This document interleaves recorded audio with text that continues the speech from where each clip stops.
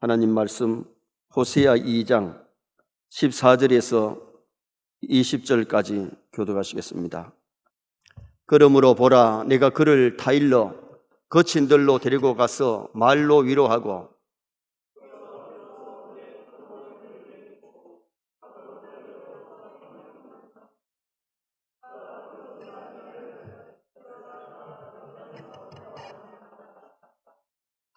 여호와께서 이르시되 그날에 내가 나를 내 남편이라 일컫고 다시는 내 바알이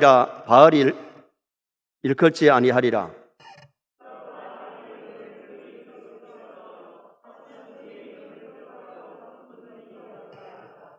그날에는 내가 그들을 위하여 들짐승과 공중의 새와 땅의 곤충과 더불어 언약을 맺으며 또 이 땅에서 활과 칼을 꺾어 전쟁을 없이 하고 그들로 평안히 눕게 하리라. 내가 네게 장가들어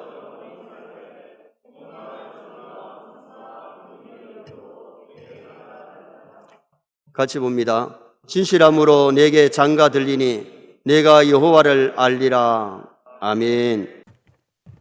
한번 따라 하시겠습니다. 내가 그를 타일러 거친 들로 데리고 가서 말로 위로하고, 지난 주일 저녁에 하나님이 이스라엘을 심판하시겠다고 하신 내용을 상고했습니다. 회개하지 아니하면 주었던 것도 도로 뺐고 이스라엘의 수치를 드러내고 희락과 절기와 월삭을 피해버리고 제약을 행한 대로 벌을 주겠다고 말씀하셨어요. 그런데 오늘 저녁에 이 본문은 하나님 이스라엘을 심판하시는 것은 그들을 멸망시키기 위한 것이 아니고 그들을 회개시켜서 바르게 살게 하고 복을 주시려고, 하나님을 잘 경외하게 하시려고 오늘은 그들을 타이르는 모습이 나옵니다. 부모가 자식을 키울 때에 말을 잘 듣고 공부 잘하고 병 안 들고 잘 크면 얼마나 자식들이 사랑스럽습니까? 눈에 넣어도 안 아플 만큼 자식들이 사랑스럽지요. 근데 자식이 부모를 거역하고 사고치고 병들고 그러면 부모의 가슴이 찢어질 것처럼 아플 겁니다. 어느 아버지가 회사에서 돌아오니까 아들이 TV를 보고 있는데 제 아버지가 문 열고 들어와도 아버지 들어오는 기침을 알고도 인사도 안 하고 아버지 이제 오시느냐고 인사도 안 하고 TV에 열중하니까 아버지가 이놈아, 아빠가 들어왔는데도 인사도 안 해. 그랬더니 아들 말, 보는 사람이 먼저 인사하면 되지요. 먼저 본 사람이 먼저 인사하면 되지요. 여러분, 제가 얼마 전에 설교할 때 그랬습니다. 인사 잘 해야 되는데 먼저 본 사람 인사하자고. 근데 만약에 우리 아이들이 그렇게 받아들여가지고 먼저 보는 사람 인사해야 된다고 하고 저 아버지한테도 인사 안 하고 이러면 이것도 문제가 생길 것 같아. 자식을 키웠으면 부모의 은혜를 알고 부모들을 들어오실 때도 인사하고 어디 가실 때 잘 떠놓으시라고 인사는 하고 그러면 얼마나 좋겠어요. 부모를 갖다가 천대하고 업신여기고 먼저 본 사람 인사라 그러고 이러면 이제 문제가 좀 생길 겁니다. 누가복음 15장의 탕자 비유를 보면 집을 나가려고 할 때 아버지가 얼마나 달렸겠어요. 야야, 좀 더 크거들랑 장가나 가고 내가 놀아줄게, 재산 물려줄게. 안 해요. 지금 주세요. 하도 전화되니까 돌아갈 몫을 줬는데 다 팔아가지고 돈가방 들고 먼 외국에 가가지고 뭐 했나요? 허랑방탕했습니다. 아버지 재산 다 써버렸습니다. 취직자리 구했는데 남의 집에 돼지 치는 주방장, 돼지 치다 끓이나 하고 먹이나 주는, 근데 그의 흉년이 들어가지고 먹을 것이 없으니까 돼지 먹는 지연 열매로 배를 채우려고 해도 배를 채울 수 없는 지경이 되었을 때에, 지금 메말라 죽어갈 때에 내가 사는 길은 아버지께 돌아가야 산다. 그래서 아버지 집으로 돌아오는데 나갈 때에 막 휘바람을 불면서 돈가방 들고 막 멋있게 나갔겠지만은 지금 병들어서 메말라 죽어가는 그 자식이 돌아올 때에 거지 옷을 입고 신발도 없이 맨발로 처벅처벅 들어오는데 아버지는 동구 밖에서 이제나 저제나 그 자식이 돌아오기를 기다리고 있다가 저 멀리 돌아오는 그 자식이 아들인 줄 알고 아버지가 뛰쳐나갔다 그랬어요. 막 달려가서 껴안고 이놈아, 안 죽고 돌아왔으니 다행이다. 아버지, 내가 이제 아버지 아들이라 소리 못하겠습니다. 아버지 그 많은 재산 내가 다 탕진했습니다.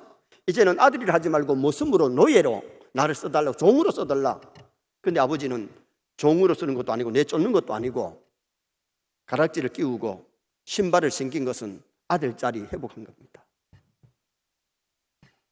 다 용서하고 사랑으로 그 아들을 맞아들이는 아버지는 그게 부모의 마음이고 그게 하나님 마음입니다.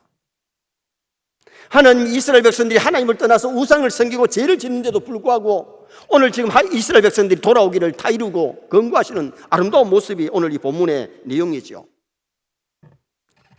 하나님 이스라엘을 사랑하십니다. 오늘 우리를 하나님이 사랑하십니다. 그러므로 매맞고 정신 차리지 말고 말씀 듣고 빨리 고칠 것도 고치고 회개하고 하나님께 돌아가면 하나님의 긍휼과 자비하심이 임하게 되는 겁니다. 그럼 오늘 본문에 왜 하나님이 이스라엘을 다 이르시느냐? 첫째는 깨닫게 하시기 위해서 다 일러요. 자, 14절 말씀을 다 같이 한번 보시겠습니다. 14절. 그러므로 보라, 내가 그를 다 일러 거친 들로 데리고 가서 말로 위로하고. 여기 말로 위로하고 이 말씀은 마음에 대놓고 말하다, 마음에 대놓고 말하다 라는 뜻입니다. 하나님께서 이스라엘을 깨닫게 하시려고 거친 들로 데리고 가시는 이유는 무엇이냐? 구체적으로 깨닫게 하시는데 마음에 대고 말하시려고, 마음속에 깨달음을 주시려고. 그래, 중요한 것은요, 말씀을 들을 때도 말씀에 깨달음이 있기를 바랍니다. 나에게 주시는 하나님의 말씀으로 들려져야 그 말씀 따라가고 그 말씀 믿고 그 말씀대로 살 수 있는 거지. 말씀을 들을 때 저 말씀은 다른 사람에게 필요한 거고 나에게 필요한 것이 아니라고 생각하면 은혜를 받을 수가 없는 겁니다. 본문에서 말씀하는 거친 들은 고난과 역경의 장소를 의미합니다. 거친 들은 단순히 고난과 역경만 있는 곳이 아닙니다. 하나님의 음성이 들려오는 장소이기도 합니다. 고난과 역경을 통해서 자기 백성을 성숙하게 만드시는 훈련의 학교가 거친 들입니다. 어떻게 보면 우리가 평탄할 때에 하나님을 체험하기가 더 어려워요. 고난이 오고 환난이 왔을 때에 살아계신 하나님을 만나고 체험하는 경우가 더 많습니다. 이스라엘이 잘못 가고 있음을 알려주는데도 돌이키지 않을 때에 하나님보다 세상을 더 사랑하고 의지하고 있을 때에 거친 돌 데리고 가서 다 이루는 모습.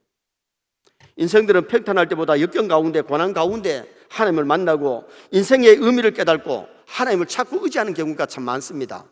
그래서 우리는 평탄할 때도 감사해야 되지만 환난 가운데, 고난 가운데도 감사할 수 있기를 바랍니다. 야곱이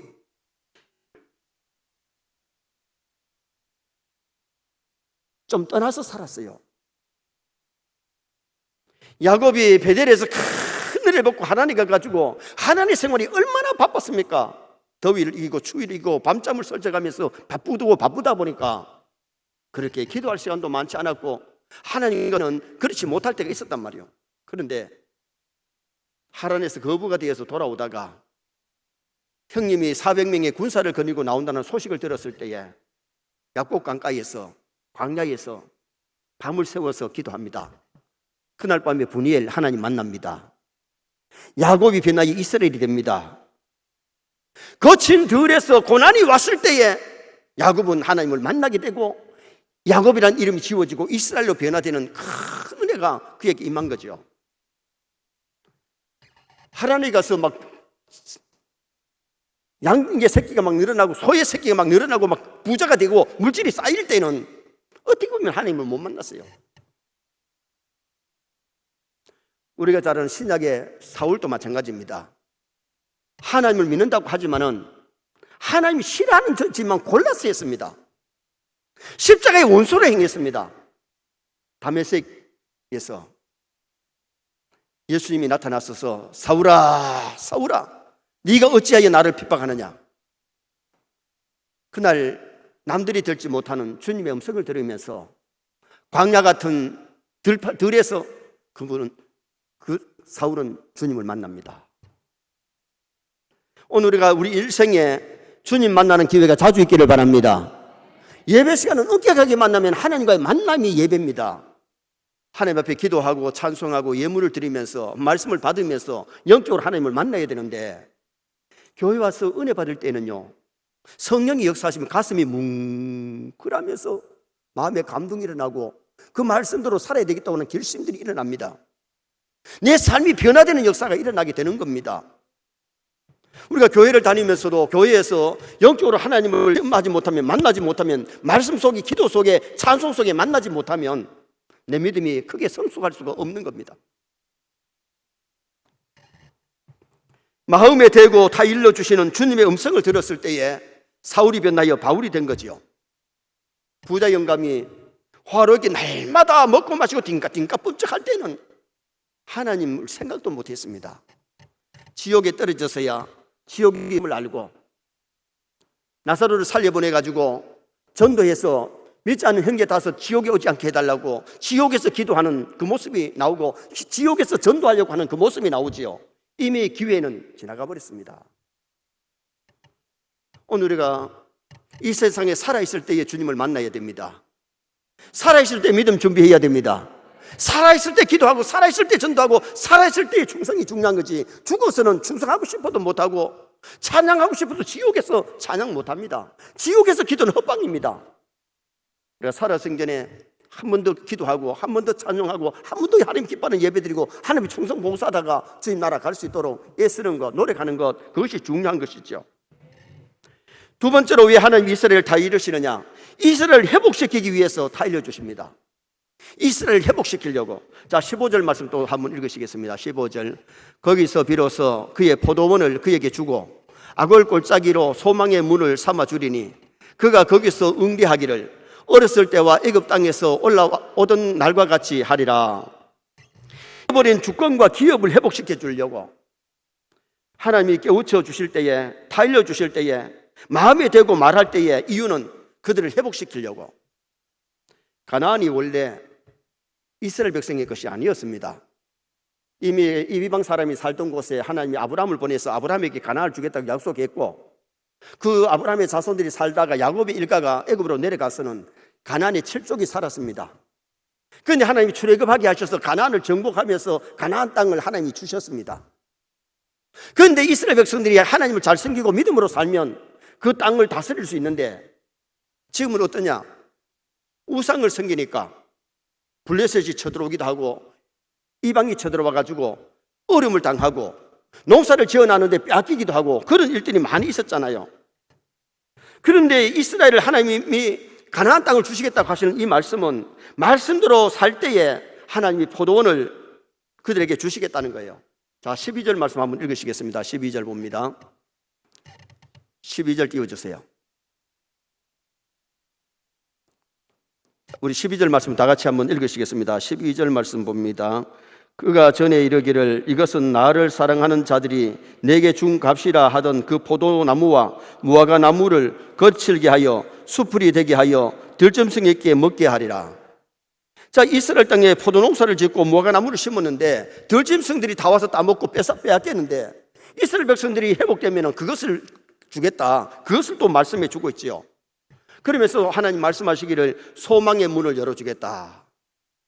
자, 15절 중반절에 보면 악월 골짜기로 소망의 문을 삼아. 따라합시다. 악월 골짜기로 소망의 문을 삼아. 악월 골짜기는 환란의 골짜기입니다. 이스라엘이 아이성 전투에서 실패하고 아간이 시날산의 외투 한 벌과 금덩어리 훔친 거 숨겨놨다가 제비에 뽑아 발각이 되었을 때에 아간과 그 가족을 악월 골짜기에서 불살을 오르고 돌로 매질해서 청소한 것이 악월 골짜기입니다. 근데 여기 악월 골짜기로 소망이 있게 했다는 뭐예요? 악월 골짜기는 소망이 없습니다. 절망입니다. 지옥 같은 곳입니다. 쓰레기를 태우는 장소입니다. 그래서 찬송가에도 악월 골짜기 빈들에도 복음 들고 가오리다는 노래가 있는데, 악월 골짜기는 버림받은 곳, 쓰레기 태우는 장소인데 소망의 문을 열어주시겠다. 우리가 하나님 앞에 회개하고 돌아오면 하나님이 소망을 주십니다. 기쁨을 주십니다. 은혜를 주시는 거예요. 왜 우리가 소망이 없느냐? 천국에 소망이 있고 예수님이 우리의 소망인데 세상에 너무 큰 소망 두지 마세요. 세상 소망 다 끊어질 날이 옵니다. 그러나 하늘의 소망은 영원한 것이 하늘나라의 소망이죠. 하나님의 심판을 받아서 고통과 절망과 좌절과 패배를 희망의 문으로 삼아주겠다. 절망하던 사람이 주님 의지할 때에 하늘의 소망이 더해지고, 좌절하던 사람에게 기쁨이 더해지는 그런 은혜를 주시겠다고 하는 메시지, 약속의 말씀이지요. 또 하나 회복을 시켜주시는데 감사를 회복시켜 주시겠다는 겁니다. 15절 하반절 말씀에 보면, 자, 15절 하반절 말씀을 또 다 같이 한번 읽으시겠습니다. 15절 한번 띄워주세요. 거기서 시작. 그가 거기서 응대하기를 어렸을 때와 애굽 땅에서 올라오던 날과 같이 하리라. 할렐루야. 응대하기를, 이 말씀은 하나님의 사랑이 나타나게 될 때에 이스라엘이 감사하는 마음으로 대답할 것을 응대하리라. 감사함으로 대답할 것을 말씀하고 있어요. 이것은 참된 회개와 약속 성취에 대한 간격을 모사하고 있지요. 이스라엘 백성들이 출애굽 받을 때에 얼마나 기뻤어요. 430년 동안 애굽에 살면서 처음에는 요셉 때문에 대접받았지만은 나중에는 이스라엘 백성들 남자아이 태어나면 나일강에 다 던지고 죽이게 만들고 이스라엘 백성들을 노예 생활로 끌고 나가서 얼마나 고되게 일시켰나요. 이제 종살이를 벗어나고 자유를 얻은 이스라엘 백성들 노래하고 찬송하면서 출애굽했습니다. 홍해를 건너서 좋아가지고 막 춤을 추면서 찬양했습니다. 그것을 지키기 위해서 6월절 애굽에서 출애굽한 그날을 감사절로 지키는 것이 6월절 아닙니까?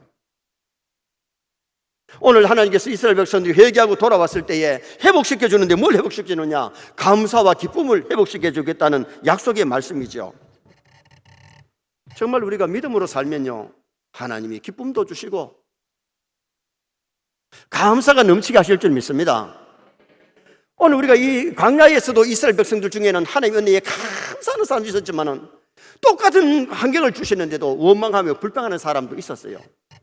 알아야 될 것은요, 불평하는 사람은 천당 가도 불평할 거고, 감사하는 사람은 지옥 갈 일이 없지만 지옥 같은 환경 속에서도 감사할 수 있습니다. 코로나 시대에도 감사하는 사람은 감사할 수 있습니다. 그러나 원망하고 불평하는 사람은 원망하고 불평하면서 절망 가운데 살아갈 수가 있는 겁니다. 한 10년 전에 분성교에서 소륙도에 다녀온 적이 있습니다. 소륙도 갔을 때에 연세 많으신 남전도사님이 소륙도의 과거, 현재, 미래를 얘기하시는데 1962년도에 김두영 목사님이 오셔서 소륙도에 교회를 7개회를 세워가지고 교회들이 그분들에게 위로가 되고 하나님을 알고 기도하고 찬송하고 감사하면서 살도록 그렇게 만들었는데, 소륙도 중앙교회를 지을 때에 그들이 무슨 직장이 있어가지고 돈을 많이 벌 수 없으니까 예배당을 지을 때에 자기들이 친히 나와가지고 니아가로 땅을 고르고 이를 직접 예배당을 지으면서 봉사를 했는데, 돈이 없으니까 먹을 양식을 금식하면서 아껴가지고 팔아서 돈을 만들고, 머리카락을 잘라가지고 팔아가지고 돈을 만들어서 헌금해가지고 예배당을 지었는데, 소륙도 중앙교회의 교인이 얼마냐? 그때에 5,000명, 7,000명 많은 사람들이 교회를 다닙니다. 그런데 그 소륙도에는 새벽 5시가 되면은 새벽 4시가 되면 교회에서 종을 치면 새벽에는 교회를 나오지 못하게 하고 집에서 가정 예배를 드리면서 기도하게 했어요. 낮 11시가 되면 종을 치면은 매일 11시에 교회에 모여가지고 기도를 하는데, 무슨 기도를 했느냐? 그들이 하나님 앞에 기도할 때에 나라와 민족을 위해서, 한국의 복음화를 위해서, 그리고 남북 통일을 위해서 매일같이 기도하고 매일같이 예배드리고 찬송하고 기도하고 말씀을 들으면서 생활했는데, 믿지 않던 사람이 한센병이 들어와가지고 소륙도에 와가지고는 회개하고 예수님을 영접하고 믿는 사람도 많았고, 거기가 불신자였던 사람들이 와가지고는 예수를 믿게 되고, 그러면서 거기서 하나님을 섬기게 되는데,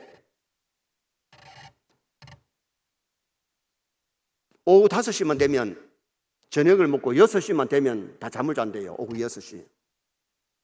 그래서 소르도에 그때는 만약에 8시에 전화를 하면 그건 아주 남에게 피해를 끼치는 거래요. 그때 그러면 한참 깊이 잠잔다는 거죠. 그런데 그들이 한이 맺힌 것이 뭐였느냐? 멸시 천대를 받는 것이었어요. 한센병이 오니까 자기 집에서도 호적에 빨간 줄로 꺼버리고, 소르트에 오면 한센병이 들면은 가족에서 먼저 이름이 지워졌다는 거예요. 부모 형제가 보고 싶은데 형제를 볼 수가 없어. 그리고 소르트에 갇혀 사다시피 하니까 나가고 싶은데, 자유를 찾고 싶은데 자유가 없잖아요. 그래서 많은 사람이 탈출을 하다가 잡히면 꽃갱이로 그냥 찍어서 죽이고, 그 바다를 건너가지고 벌교까지 와가지고 벌교에서 열차를 타고 가려고 하면 거기서 잡히면 그냥 사지백지를 찢어가지고 죽였대요. 그게 그 나이 많은 전사님의 실제 있었던 얘기를 간증하는 거예요. 그들의 가장 아픔은 부모 형제를 만날 수 없고 떠나야 한다는 것이고, 사람 취급을 받지 못하고 짐승 취급을 받으면서 탈출하다 잡히면 그냥 꽃갱이로 찍어서 죽이는, 그렇게 그것이 힘들었다는 겁니다. 요사이 이 한센병은 큰 병이 아닙니다. 하나의 피부병입니다. 1990에 한센병이 종료되었고 1999년도에 100% 치료되는 병인데 6개월만 치료하면 이 한센병이 낫는 간단한 피부병이라는 겁니다. 그런데 그때는 나병이 들면은, 한센병이 들면은 사람들이 문둥이라고 취급을 해가지고 동네에 얻어먹으러 와도 돌질을 하고 놀리고 싫어했던 병 중 하나가 그게 바로 한센병 아니었습니까? 그런데 그들이 소르도에 와가지고 주님을 만나고 찬송할 수 있고 기도할 수 있고 감사할 수 있었던 것, 주님을 만나가지고 천국에 소망이 있으니까 7, 80년 잠깐 살다가는 세상에서는 병들어서 좀 몸이 회복되었지만은, 그러나 그들이 주님을 만나가지고 감사하며 산 사람은 감사하며 살았는데, 우리 교회 구역장들 데리고 여수 애양원에 갔을 때에 애양원에 그때 양 장로님이 그런 간증을 하셨어요. 그분들이 하모니카를 불고 우리가 찬송하고, 저는 그때 간증을 들으면서 얼마나 울었는지, 우리 구역장님들도 많이 우셨지만은 양 장로님 간증이, 나 하늘이 주는 형별병으로 알았대요. 하늘이 준 천혜병, 하늘이 준 무서운 형별의 병. 19살에 병이 들어가지고 부모 애양원에 왔는데 거기서 주님을 만났다는 겁니다. 그리고 교회 장로님까지 되었는데 예수님을 만나고 나서 알고 보니까 이거는 천혜병이 아니고 천혜병, 하늘이 준 은혜의 병이다. 내가 이 병이 들지 않았으면 어떻게 주님을 알았겠냐, 내가 어떻게 구원을 받았겠느냐. 종일 찬송할 수 있고 기도할 수 있고 성경을 암송하고 그렇게 살아가는 사람이 누가 있겠느냐. 그러면서 장로님 하는 그 간증을 하시다가, 이거는 입에 발린 소리가 아니고 진짜 감사해서 하는 얘기입니다. 여러분, 코로나로 힘들기는 하지만은 코로나 시대에도 우리가 건강한 거 감사해야 되고, 이 환경 속에서도 소망 있는 삶을 살아가시기를 축원합니다. 기뻐하면서 감사하면서 살면 지금도 우리가 행복할 수 있고 하나님 앞에 영광을 돌릴 수가 있는 겁니다. 마지막 세 번째는 왜 하나님 이스라엘을 다 이루시느냐? 새로운 언약을 세우시기 위하여 다 이루십니다. 새로운 언약을 세우시기 위하여, 하나님 이스라엘의 남편이 되는 언약을 세우시기 위해서 말씀하시는데, 자 16절 17절 읽겠습니다. 16절 17절. 여호와께서 이르시되 그날에 내가 나를 내 남편이라 일컬고 다시는 내 바알이라 일컬지 아니하리라. 바알들의 이름을 그의 입에서 제거하여 다시는 그의 이름을 기억하여 부르는 일이 없게 하리라. 하나님께서 이스라엘과 맺은 언약이 새롭게 갱신되는 것을 의미하는데, 그날에 어떤 날이냐? 이스라엘이 다시 회복되는 날을 의미하는데, 다시 회복되는 날, 이스라엘이 하나님을 가리켜서 더 이상은 내 바알, 내 주인이라 하지 않는다. 바알을 보고 내 주인, 바알을 섬기지 않고 하나님께로 돌아와서 하나님을 보고 내 남편이다, 내 아버지다, 그렇게 되게 된다는 거죠. 회복받은 이스라엘 백성들은 우상 숭배와 혼합 종교를 근절시키고 이제 남편 되시는 하나님만 잘 경배하고 섬기겠다는 다짐, 언약이죠.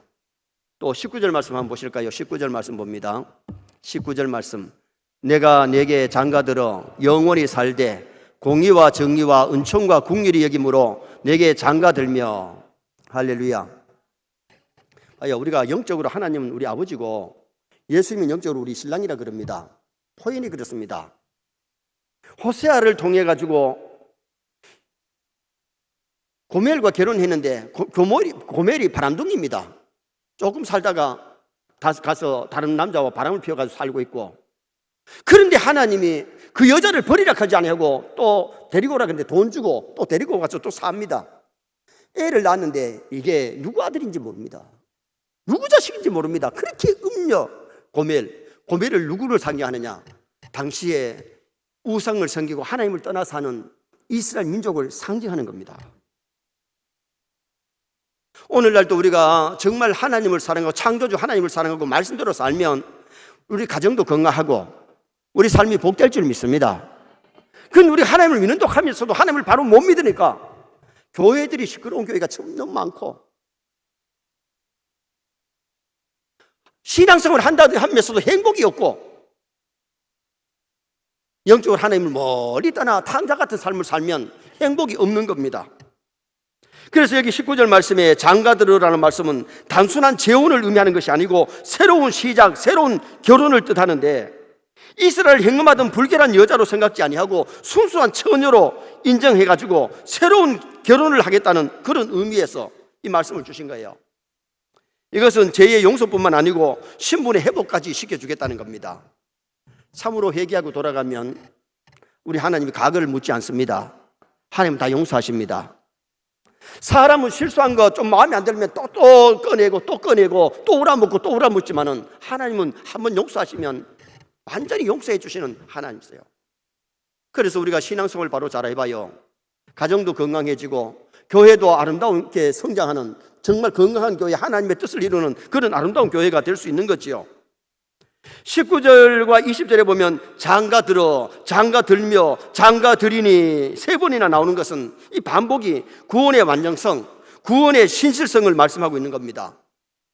본문은 장차 교회와 그리스도와의 관계를 말씀하고 있는데, 그리스도는 영적인 신랑이고 교회는 영적인 신부예요. 주님이 교회를 위해서 죽어주실 만큼 우리를 사랑했고, 우리 교회들은 주님의 말씀에 순종하면서 주님을 잘 섬길 수 있는 그런 아름다운 신앙생활을 해야 될 것을 말씀하고 있어요. 그리고 또 하나는 영원한 평화를 주시겠다는 언약인데 18절 말씀 보시겠습니다. 18절 말씀. 그날에는 내가 그들을 위하여 들짐승과 공중의 새와 땅의 곤충과 더불어 언약을 맺으며 또 이 땅에서 활과 칼을 꺾고 전쟁을 없이 하고 그들로 평안히 눕게 하리라. 따라합시다. 전쟁을 없이 하고 그들로 평안히 눕게 하리라. 할렐루야. 참으로 회개하고 돌아오면 이스라엘 땅에 전쟁이 안 일어나도록 하나님이 막아주시겠다는 거죠. 정말 우리가 하나님 말씀대로 살면 가정에도 전쟁이 일어나지 않고 교회, 사회도 야당과 여당이 자꾸 맨날 싸우고 있는 그런 나라가 안 된다는 거예요. 아멘입니까? 정말 믿음으로 말씀대로 살 때 하나님이 뭘 주시느냐? 평화를 주시면 전쟁이 일어나질 않죠. 우리나라는 세계 어느 나라에도 없는 민족끼리 아직도 후전선에 쳐 있고 언제 전쟁이 일어날지 모르는 불안한 속에 사는 나라가 우리나라입니다. 그러나 우리가 주님을 잘 경외하는, 전쟁은 하나님께 있기 때문에 전쟁 너무 두려워할 필요 없고 미래 걱정할 필요도 없고, 오늘 약속의 말씀이 하나님이 이스라엘 백성들이 말씀대로 살고 하나님께로 돌아오면 그들에게 전쟁이 없게 하시고 평화를 주시겠다. 그것을 여기 본문에서 언약하시는, 약속하시는 메시지지요. 그리고 우리가 장차 들어갈 천국에 가면 천국에는 전쟁 없습니다. 질병이 없습니다. 거기는 굶주리는 자가 없고 거지가 없습니다. 그 나라에 가면은 참 평화, 참된 기쁨이, 그곳은 빛과 사랑이 넘쳐나고 그곳은 평화가 넘쳐나는 그곳이 하늘나라입니다. 그리고 이 땅에서 우리가 신앙생활 바라고 죄가 없으면요, 구원의 즐거움이 메아리치고 하늘의 평화가 우리 가슴에, 심령에, 가정에, 교회에, 내 직장에 넘쳐나도록 그런 아름다운 평화가 넘치는 곳이 되어야 됩니다. 새로운 언약을 세우시기 위하여 하나님 이스라엘 다 이루시는 모습이 나타나는데, 오늘 저녁에는 다 이루어주시는 하나님, 깨닫게 하시기 위하여 달려주셨고, 이스라엘을 회복시키기 위하여 주권과 기업을, 또한 소망의 문을, 감사를 회복시키기 위하여 그를, 마지막 세 번째는 새로운 언약을 세워주시는데, 이스라엘의 남편의 언약, 평화의 언약입니다. 이런 은총이 선의 성도들 가정에 넘쳐나기를 주님의 이름으로 축원합니다.